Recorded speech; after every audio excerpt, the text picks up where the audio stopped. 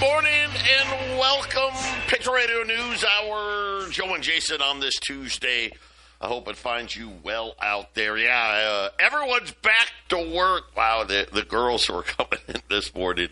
Wow, there's like 1,000 times more traffic now. That happens here. It is, I guess, Arizona time as all the snowbirds are back. You know, we should set up something. I think it should be like if you're a seasonal person and you don't like to drive 85 miles an hour or more on the freeway, and you have to wait, I don't know, till there's absolutely no traffic at all to turn right or left. You know who you are. Wait until 9 o'clock. That's all we ask. That's not too much. Just wait till 9. I know you go to bed at 7. I do too. I'm not making fun. And you want to get stuff done early in the morning. It's dangerous out there. Stay home. Wait. Let the regular folk that know how we do things here, let them get to work and then go out. I don't know. I don't think that's too much to ask. That's why I don't drive out on the freeway. I'm so happy I don't have to do that anymore. Our toll-free number, now that I've given you the traffic, our toll-free number, 800-951-0592. The website at allamericangold.com. And yes, by the way, we love you, snowbirds. Don't get me wrong. I'm not upset. Just don't be out there in the morning. Just don't do it. Wait for the weekend. That's all. That's it. Everybody will be a lot safer. Having said that, I am planning on being at the Pavilion's car show this weekend with the Texaco Rolls Royce. If you guys want to stop by and say hello, I think my buddy Wayne, who's doing the Chandler meetings, he's going to be stopping by. Remember, for Phoenix, for our mini meetings, everything is booking up. I think next week is already all booked. Maybe even the week after. Call and get on the list and just say, I want the Phoenix meeting. I want the Chandler meeting. Whatever one you want. We'll get you on the list, and then we just call. And here is the great thing. It works so well because, there's a lot of crud going around. Jason was down for a while. I was sick. I mean, everybody getting this, I don't know what, your seasonal cold, whatever you may want to say. We had people that they were on scheduled. They called up, and I appreciate, please do this. If you're not going to make it, you're sick, something happened, who knows? Call us as fast as you can, as soon as you know you're not coming. Because we've got a list. We'll just call the next person. And we were able to do that and get other people in. And then, Jason, I don't even want to try to go through your list. You guys are stacked with meetings coming up. You want to go through those? Yeah, we have our Wednesday meetings, which will be the 10th of December at 6 o'clock. Not tomorrow. We have another one on the 17th at 6 o'clock. Mike and I are going to try to. We have a lot of people asking questions. Show up, and if the topic or what we're talking about is not exactly where you're at or what you want answered, there will be time. Jack is there. He'll usually help with some of the small, easier stuff, basic stuff, and we try to get all the questions answered. We have 3 guys there: myself, Mike, and Jack, that are helping get that stuff accomplished. And then we have the holiday. I think it's called the holiday dinner. It's going to be December 22nd. It's a Monday. I call it a Texit party or a Texit holiday or a Texit celebration. Mike is a ranger, so he gets a little bit of a budget, a part of his advertising budget. So he really wants to fill this thing up. He wants to show the other crews across the country of Texas guys that we can fill up a house with people that are hungry for Italian buffet, which is going to be at Cinzetti's. It's going to be at 6 o'clock on Monday the 22nd, the week of Christmas, Monday. And you get, it's pizza and pasta. I think they have an ice cream bar, and it's pretty good food. It's if you're gluten free, I think it's kind of hard to go there gluten free. But other than that, I think you'll find what you want to eat there. And 200 people. I know we could maybe skate by a little past that number if we get to 200. You have to go to coloradotxc.org.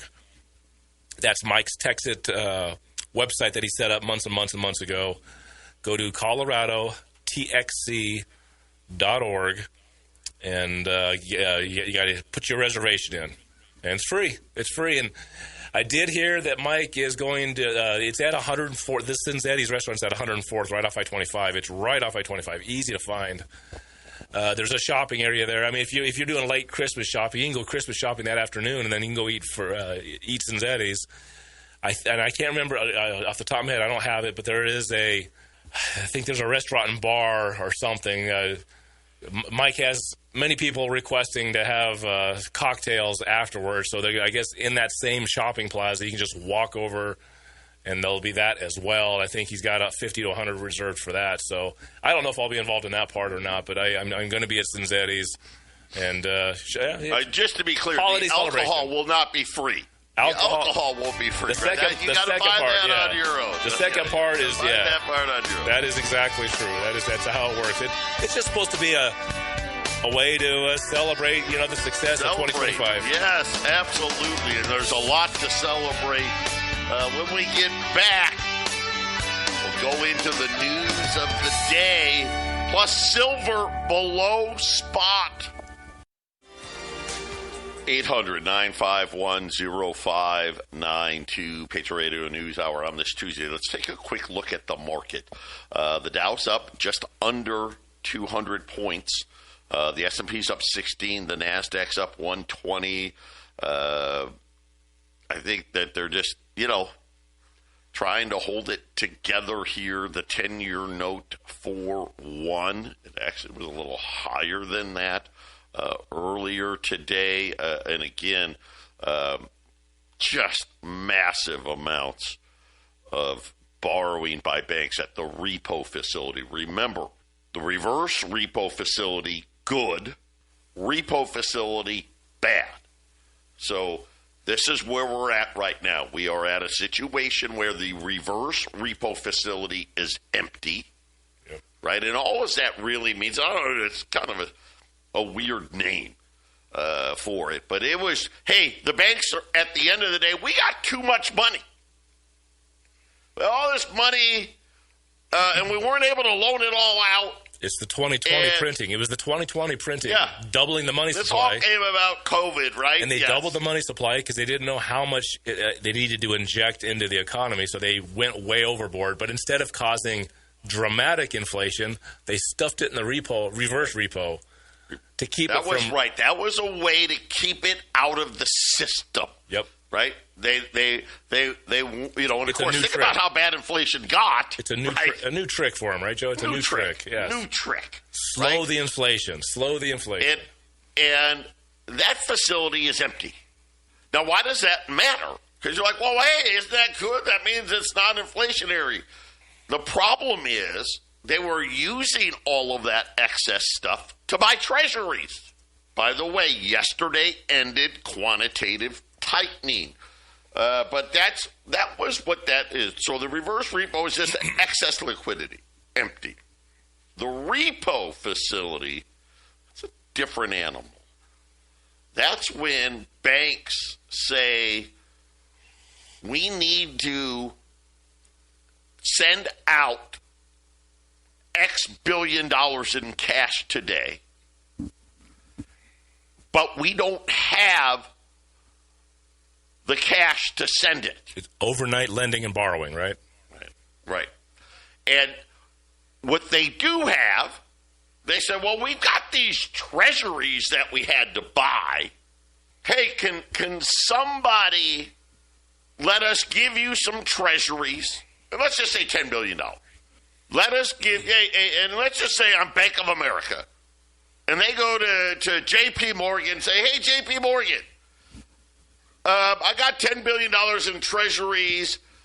can you loan me $10 billion in cash, and I'll give you the treasuries, and I'll pay you a little fee, and then I'll pay you back in a day or two, right? I just need a couple of days to get the cash, right? I'm asset rich, cash poor. That's how it's supposed to work. That's not working, right? So this example, Bank of America, and again, this is just an example, they went out to all the banks to borrow $10 billion. And said, hey, I'll give you treasuries for a few days. You can make a little bit of money. Charge me a fee. Give me my $10 billion so I can send out everyone's mortgages and car payments and insurance and all that stuff. Nope. Don't have anybody willing to do it. Now, why are they not willing to do it? I think in most cases today, they're not willing to do it because they don't have any excess cash, right? They would love to do it. Yes, I'd love to give you I make a fee, right? Let's say banks love making fees. The other scenario, so don't have it, or some of these banks, unfortunately, the other banks are like, nah, right? I don't like your balance sheet. It's too risky. I don't know that you will pay me back, right? Because you might be going under. Either way, these banks go to the Fed repo window, and the Fed gives them the money. Yeah. Right? And this is what's blown up. This has become a big problem. Like it did in 2019. Like it blew up in 2019. Yes. And then we ended up with COVID. Just magically, COVID showed up when the repo market was weak. It's happening again. And Joe, you know what you're describing? You're describing loan sharking. That's what you're describing. You have your different loan sharks. And then of course there's the collector, right? If you don't pay, but right. When it gets to this level of these huge banks looking for these huge overnight numbers, to borrow, and then there's nobody else that has it because the liquidity is drying up. Well, this is why they want to lower the rates and print, and everyone's going to just sit there and wait. It's like, how much? Yeah, that's the whole thing. You can almost see it in their faces. If you really look closely, when they're doing their drab, dry interviews, they're you can almost see it in their eyes. They're like, you can almost see them wondering, how much inflation are we going to get? How much is it actually going to happen? Right? Is there a trick that we can come up with to stop the inflation while we throw money at everything? Throw money at everything. How can we hide it? Yes. On the other side of things, and we're going to get more into this in a minute. Crypto's rebounded today. It's been tough, going, but at least. For a day here, Bitcoin back to 90,000. Ethereum got back to 3,000. We'll see how long that lasts. By the way, Texas, I don't know, boy, Texas on the verge. Looks like it's trying to break out here, but right now, 385? It has been between $3.60 and $4 for like the last week and a half. But we'll keep her on it. Gold after the big move yesterday, some profit taking today. Right now, gold's down 50, 41.80. But the big news, and everybody knows it, silver. What the heck is going on? By the way, silver, they tried to take some profits. I don't know how long it's going to last. Silver now it's down 50 cents. 57.42. It got to $58 in change yesterday. Some really weird things happening. Remember on Friday? Friday was the first. It didn't move $3 on Friday. It moved $2 yesterday. And the CME, remember they had we had a problem with the servers. And they got too hot and had to shut it down. And a lot of people speculated that maybe, and I'm just going to throw it out there, J.P. Morgan was in trouble when it came to silver. And by allowing enough time to go by, J.P. Morgan was able to at least mitigate some of the damage. But what is interesting, over the weekend, so this was Friday, over the weekend, J.P. Morgan moved its entire metals trading desk from New York to Singapore. And I don't know, right? Some people are speculating that J.P. Morgan, at least their metals desk again, maybe broke some rules and have moved their metals guys to Singapore. I mean, I don't know what that does, but it's very interesting how these pieces to the puzzle are coming together, and I don't think anything happens on accident, right? There's a big problem in the metals market. By the way, you know what? We haven't even talked about copper hit another record today. Another one.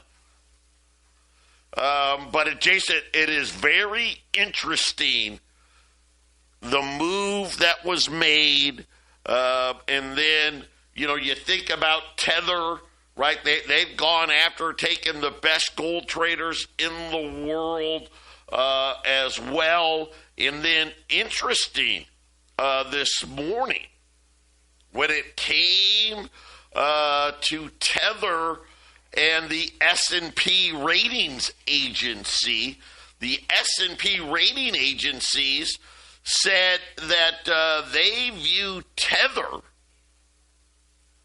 as, and I want to get the right word that they're using to describe it. Put it this way, as far as the S&P, now this isn't the S&P 500, the S&P, the rating agency's S&P, they downgraded Tether USDT's dollar peg rating to weak.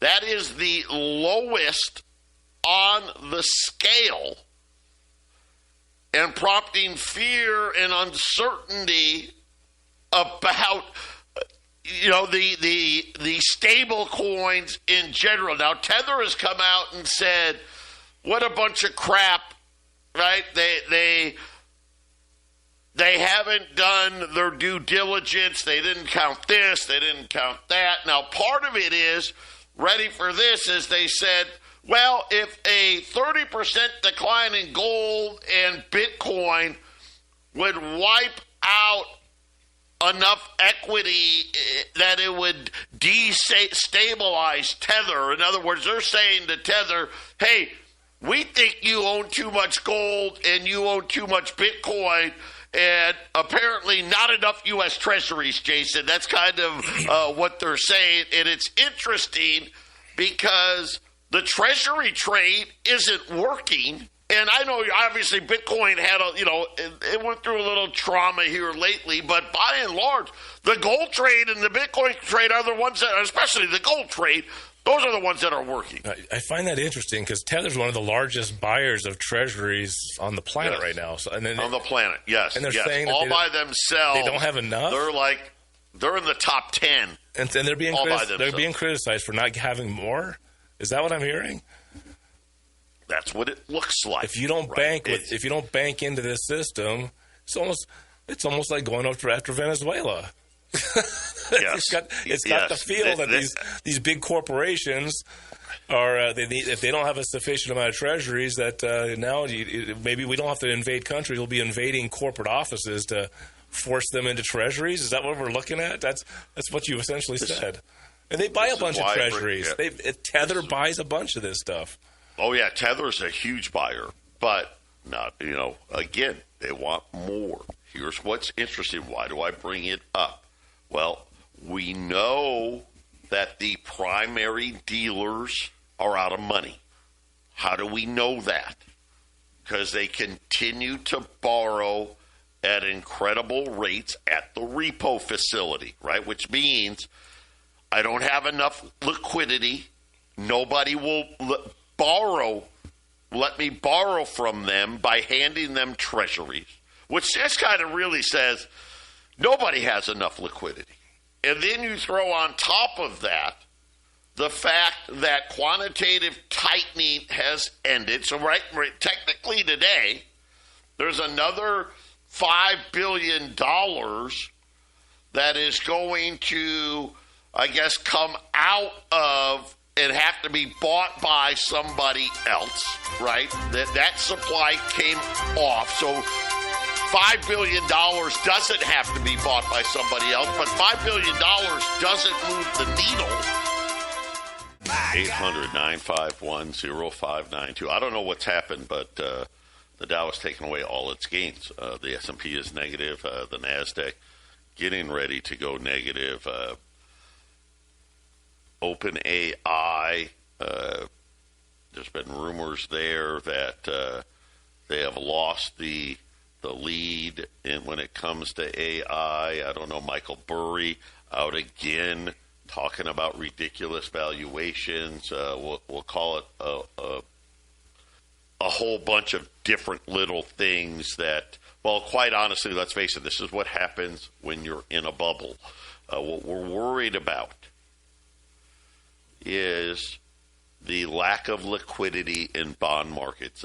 Japan looks like they're the first they're going to be forced to do what they don't want to do, which is they're going to have to raise rates. Looks like this month again.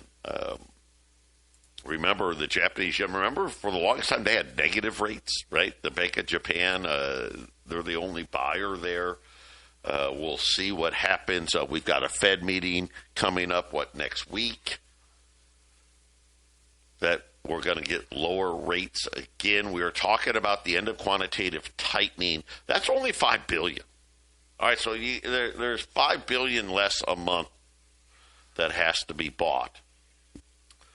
But Goldman Sachs this morning started talking about the reverse repo facility being at zero, started talking about the amount of borrowing at the repo facility, and they said that right now their belief is it will not be long before the Federal Reserve is going to have to step into the markets. And Jason, they're talking about January 2026. I mean, they're talking next month that the Fed is going to have to restart quantitative easing again. Right now, J.P. Morgan is saying that, hey, we think they'll probably start somewhere around the $20 billion a month, and that they would gradually and steadily continue to boost the level of buying that the central bank will have to do. They're saying that the Treasury is also going to have to increase auction sizes next year as well. And this is kind of like a perfect storm.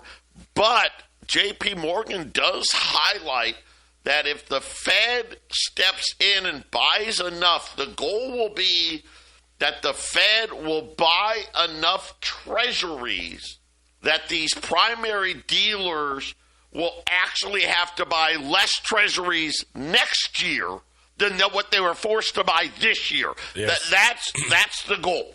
Yeah, the Fed's balance sheet actually is at its traditional level that they're okay to start buying again, actually. I was watching a couple guys talking about the long-term holdings of treasuries by the Fed, and then they're at a point now, Joe, where they could take it on versus what they've done in the past. And I don't know if it's a good idea or not, but it all makes sense with what they're doing with lowering the rates. Well, if they can't get entities to buy tons of treasuries, then they will take on whatever needs to be taken on. And here we are, off to the races again, Joe. Off to the races again. Looks like they're going to use the rating agencies as a weapon to force maybe the crypto guys to buy more treasuries, saying, hey, wait a minute. You guys are buying way too much other stuff, right? And again, there's a reason. What, you think the guys at Tether are dumb? Do you think they're saying, hey, let's buy something that will perform worse than treasuries? Of course not. Of course not. Now, remember, how do you make money on treasuries? Rates go down. Tether is saying, yeah, but with all the inflation, even with rates going down, maybe these other asset classes are going to do far better. Yeah, well, why would you want to buy low return, low interest products, right? I think Tether understood what just happened through COVID when they pumped the rates all the way back down to zero again, and people were gorging on it, and then the rates went up because of the inflation. I think Tether is probably smart enough to say, you know what? Yeah, we got what we want. I think we're done buying now. You're lowering the rates. Yeah, we don't like these returns, and gold and silver absolutely are going to be higher than what these treasuries are going to be given when they lower the rates further here again this month. Yeah, and again, I'll just say, as we've been saying all along, the winners are here, and we have them. Silver now silver may go positive now, down 35 cents here, 57.60. I've got two different items for you to choose from. First, we've done these a little bit in the past, the Canadian dollar rolls. Remember, these are like 1960s Canadian dollars. They were 80% silver. They come in rolls of 20. The roll itself has 12 ounces of silver in it. 12 ounces of silver. Right now, silver is $57.60. Melt, $691.20. We have 50 rolls. Because this is about stacking now. You need as much as you can get your hands on for the least amount of price. 50 rolls, $600. That it is. That's $7.60 an ounce below melt. So think about you're buying silver. Silver here, it's almost $58, and you're getting to buy 12 ounces of silver for $50. It doesn't get better than that. You don't get that far under. There's 50 rolls, and when they're gone, once I don't have more. I don't plan on getting any more. A deal came up. Jason and I, we jumped on it, and then junk silver. Utility silver, dimes, quarters, half dollars, all at melt. Dimes at $2.05 a roll, quarters at $4.10.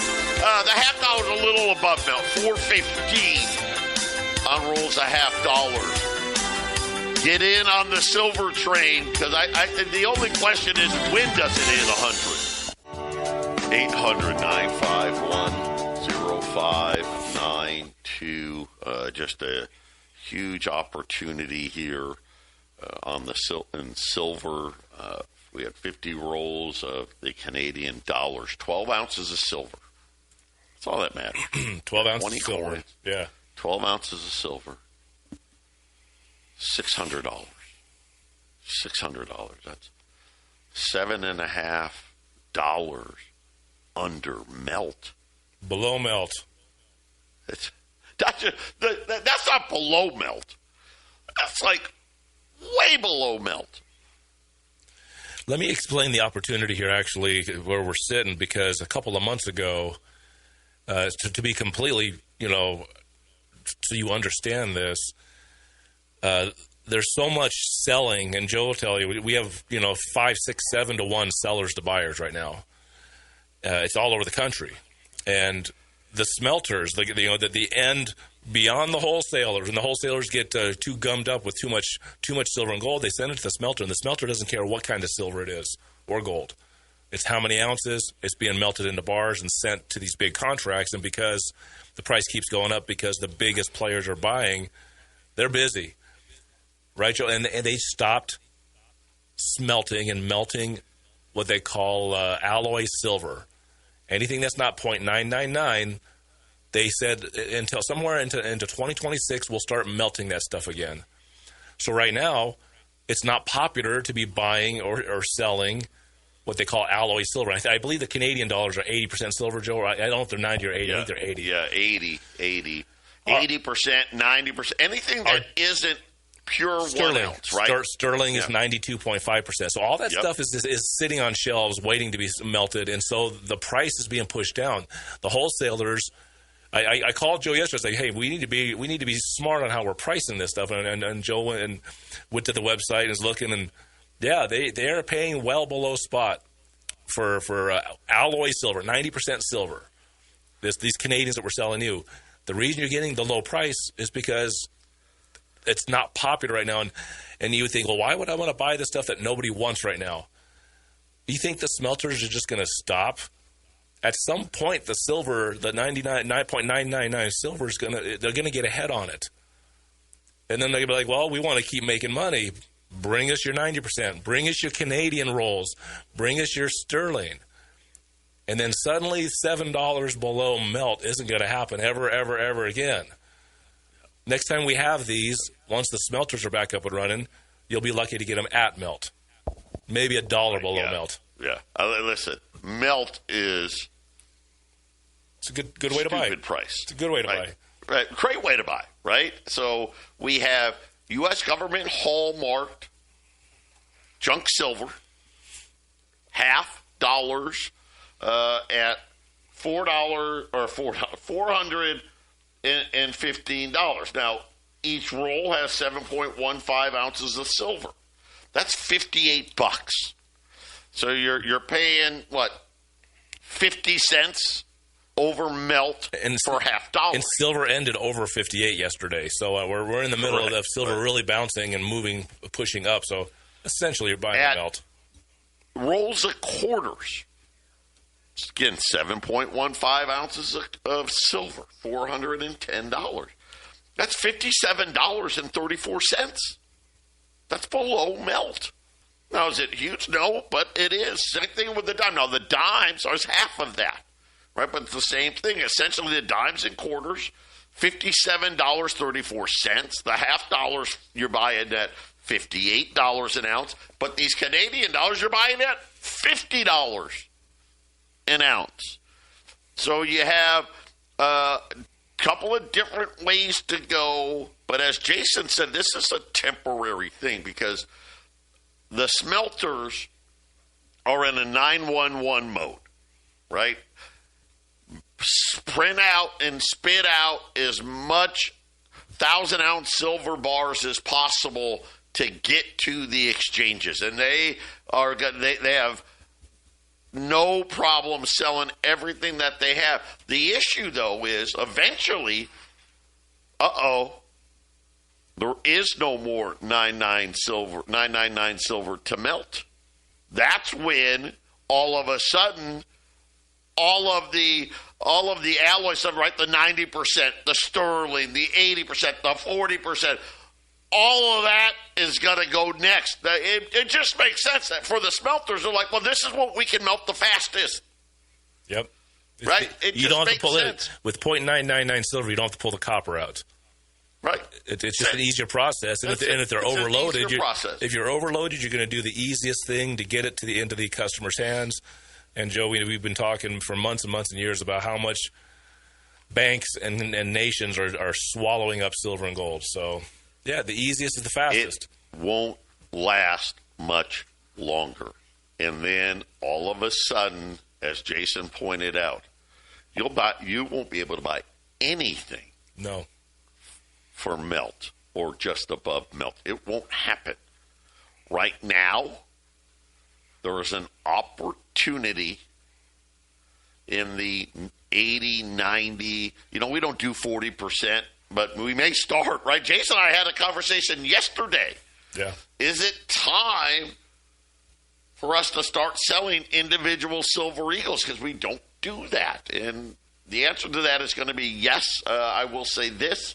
I've been in touch with the appropriate people with our shopping cart. We will be making some changes in 2026 that should make the experience easy, allow us better flexibility in how we handle orders and shipping and all of that other stuff.